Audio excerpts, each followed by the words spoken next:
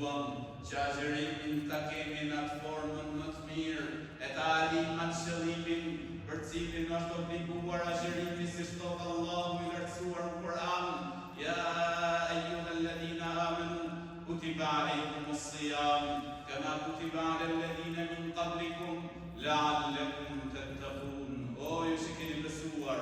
ju është bërë obligim agjerimi, ashtu si që ishte bërë obligim atyre që ishin para jush, në mënyrë që të bëheni të devotshëm. Edhe devotshmëria vëlla dhe motër është me ju friksu Allahut të lartësuar në çdo çështje, me pas parasysh se Zoti i gjithësisë shikon, edhe të dalim të japim llogari para Allahut të lartësuar. Edhe devotshmëria vëlla dhe motër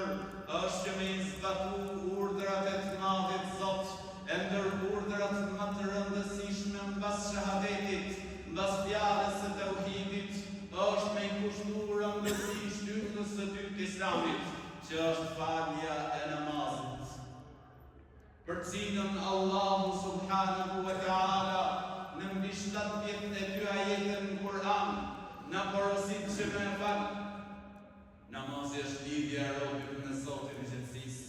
e ku ka më mirë se sa besimtari në këtë muaj të begat, krahas agjerimit që me do synon të afrohet tek Allahu i lartësuar,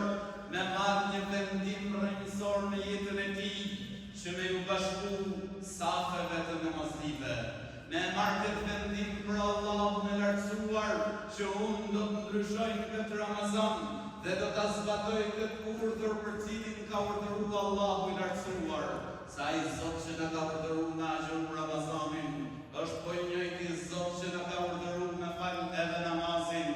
Namazi, i cili është mirësi për robin si në këtë botë dhe në botën tjetër. Shkoi njëri prej shokëve të profetit alayhi salatu wassalam dhe e pyeti të dërguarin e Zotit, i tha: cila është puna më e mirë? Profeti alayhi salatu wassalam tha: salatu ala waqtiha, tha namazi në kohën e tij.